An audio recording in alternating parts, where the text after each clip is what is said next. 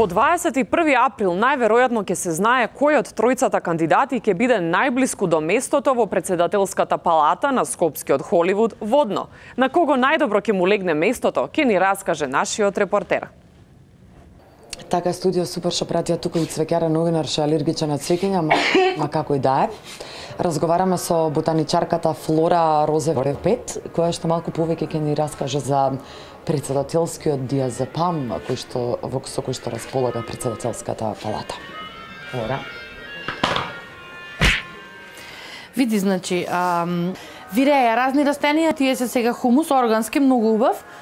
Останате сега фикус еден само како декорација. Знаеме за фикусот ние? Добро, ама многу е важно дека е чудо колку е опстанат без да му треба. Добро, ние сите знаеме за фикусот. Еве вака, кажете ми кој е најдоброто, најидеалното цвеќе за една председателска палата? Овде се сведува изборот на 3 цвеќиња, од кои што едното е кокиче, ама не е она кокиче што мислат сите дека цвета напролет.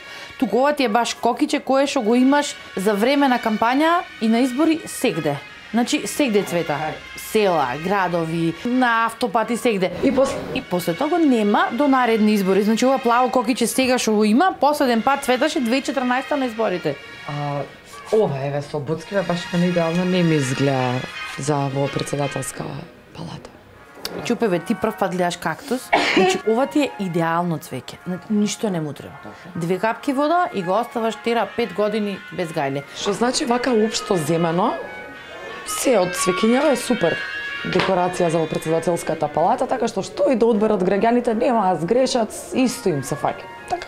Види сега, значи ова се супер избор, затоа што можеше да е многу полошо. Може да клад некој сончоглед или, значи с краја да е некој паразит, некој ползавец, нешто без веза, некој томатело, нешто филадендрон, значи скроз џабе, некој без веза, некој фикус. Значи ова ти се Значи пак ти за фикус ми збориш. Чупе бе, на здравје, ајде, бриши носот.